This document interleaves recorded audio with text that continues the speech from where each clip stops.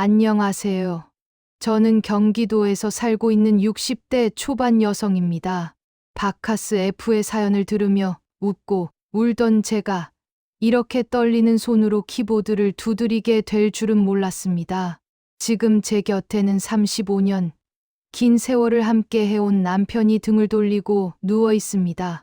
한때는 저 넓은 등이 세상에서 가장 든든한 방패 같았는데 지금은 마치 벼랑 끝에선 위태로운 절벽처럼 느껴져 숨이 막혀옵니다. 제 남편은 정말이지 지독하게 성실한 사람이었습니다.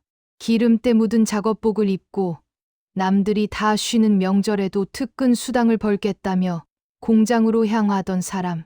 그의 손바닥은 늘 굳은 살로 딱딱했고 손톱 밑에는 아무리 씻어도 지워지지 않는 검은 기름때가 박혀 있었습니다.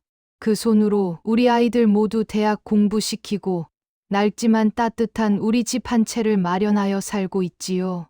여보, 나 이제 좀 쉬어도 되겠지? 지난 봄 정년 퇴임을 하고 꽃다발을 안고 들어오던 날 남편이 했던 말입니다. 저는 주책맞게 눈물을 쏟으며 고개를 끄덕였죠. 그동안 고생했다고 이제 당신 하고 싶은 거 다 하며 살라고요. 남편의 통장에 들어온 퇴직금 2억 원. 그건 단순한 돈이 아니었습니다. 남편의 젊음이었고 관절이었으며 우리 부부의 노후를 지탱해 줄 유일한 기둥이었습니다. 비극은 너무나 조용히 그리고 평범하게 찾아왔습니다. 평생 일만 하던 사람이 집에만 있으려니 좀이 쑤셨던 걸까요? 아니면 은퇴 후 찾아온 공허함이 너무 컸던 걸까요? 남편은 스마트폰을 들여다보는 시간이 늘었습니다. 처음엔 그저 소일거리로 주식을 들여다보는 줄 알았습니다. 이게 요즘 유행하는 재테크에 김 부장도 이걸로 쏠쏠하게 재미 봤다더라. 그때 말렸어야 했습니다. 밤마다 베란다에 나가 누군가와 소근거리며 통화하던 그 낯선 그림자를 의심했어야 했습니다. 남편이 빠진 건 건전한 투자가 아닌 해외 서버를 둔 불법 사설 도박이었습니다. 딱 한 번만이라는 유혹은 평생 10원 한 장 허투루 쓰지 않던 남편의 이성을 마비시켰습니다. 처음엔 몇십만 원을 땄다고 아이처럼 좋아하며 저에게 용돈을 쥐어주더군요. 그게 미끼인 줄도 모르고 남편은 점점 더 깊은 수렁으로 걸어 들어갔습니다. 지난달 카드사에서 독촉 전화가 오기 시작했을 때만 해도 저는 착오가 있는 줄 알았습니다. 하지만 곧이어 낯선 번호로 협박 문자가 날아오기 시작했습니다. 김철수 씨, 가족들 보기 부끄럽지도 않으세요? 오늘까지 이자 입금 안 되면 댁으로 차단합니다. 하늘이 무너진다는 표현은 이럴 때 쓰는 거더군요. 저는 남편을 추궁했습니다. 그는 끝까지 아니라고 발뺌하다가 제가 통장 내역을 들이밀자 그제야 무릎을 꿇었습니다. 퇴직금 2억 원은 이미 공중분해된 지 오래였고 그것도 모자라 제 명의로 된 보험 약관 대출에 3금융권 사채까지 손을 댄 상태였습니다. 여보, 내가 다 복구하려고 그랬어. 이번 판만 이기면 다 찾을 수 있었는데.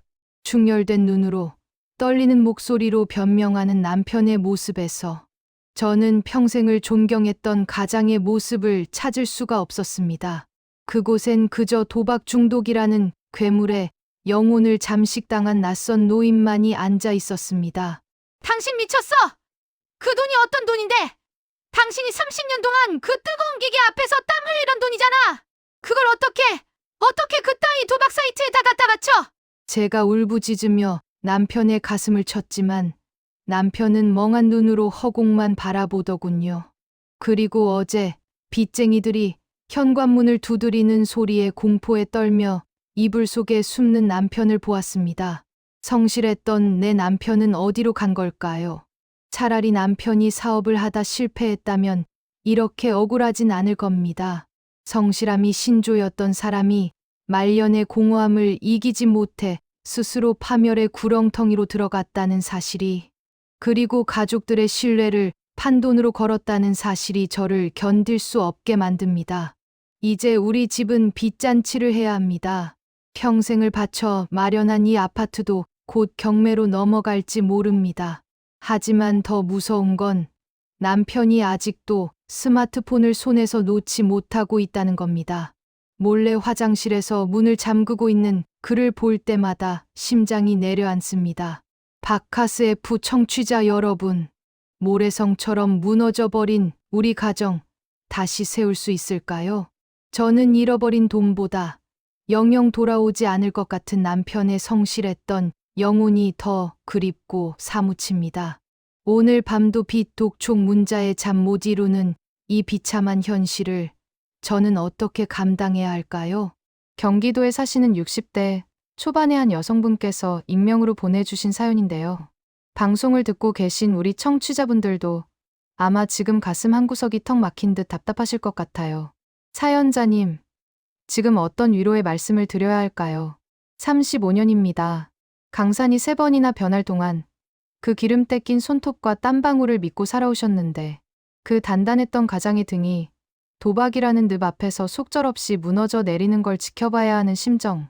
단순히 돈을 잃어서가 아닐 겁니다. 남편분의 성실했던 지난 세월, 그리고 그 시간을 함께 견뎌온 사연자님의 인생 자체가 부정당하는 것 같은 그 배신감과 허무함이 더 사무치실 겁니다. 평생 일만 하던 기계가 갑자기 멈추면 고장이 나듯 남편분에게 은퇴는 휴식이 아니라 길을 잃음이었는지도 모르겠습니다. 자식들 다 키워내고 직함도 사라지고 거울 속엔 늙은 노인만 남았을 때 그 공허한 마음의 틈새를 비집고 들어온 게 하필이면 도박이라는 악마였네요. 내가 아직 살아있다. 내 능력으로 무언가 해낼 수 있다는 걸 증명하고 싶었던 잘못된 몸부림이었을까요? 하지만 사연자님, 저는 오늘 조금 냉정하고 단호하게 말씀드리고 싶습니다. 사연 마지막에 남편의 성실했던 영혼이 돌아올 수 있을까요? 라고 물으셨죠?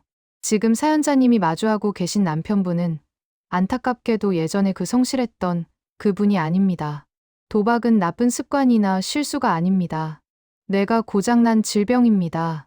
스마트폰을 손에서 놓지 못하고 거짓말을 하고 빚을 지는 건 남편분의 인성이 나빠서가 아니라 이미 중독이라는 병에 잠식당했기 때문입니다. 가족의 사랑으로, 아내의 눈물로 호소하면 멈출 수 있을 거라고 기대하지 마십시오. 그건 암 환자에게 정신력으로 암세포를 이겨보라고 하는 것과 같습니다.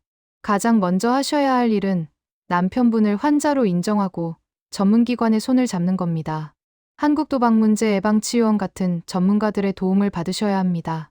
그리고 사연자님 스스로를 지키기 위해 경제적인 선을 명확히 그으셔야 합니다. 빚을 대신 갚아주는 건 남편을 구렁텅이로 더 깊이 미는 일일 뿐입니다. 무너진 모래성, 다시 쌓으려면 시간이 걸릴 겁니다.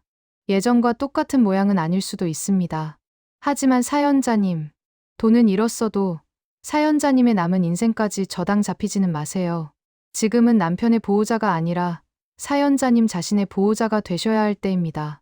오늘 하루 정말 고생 많으셨습니다. 지금 이 순간 누구보다 위로가 필요한 건 평생을 헌신해 온 바로 당신, 사연자님입니다.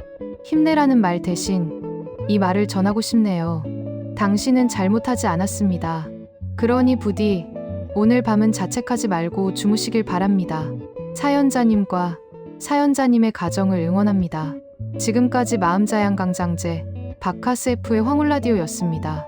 오늘도 청취해 주셔서 감사합니다. 안온한 밤 되세요.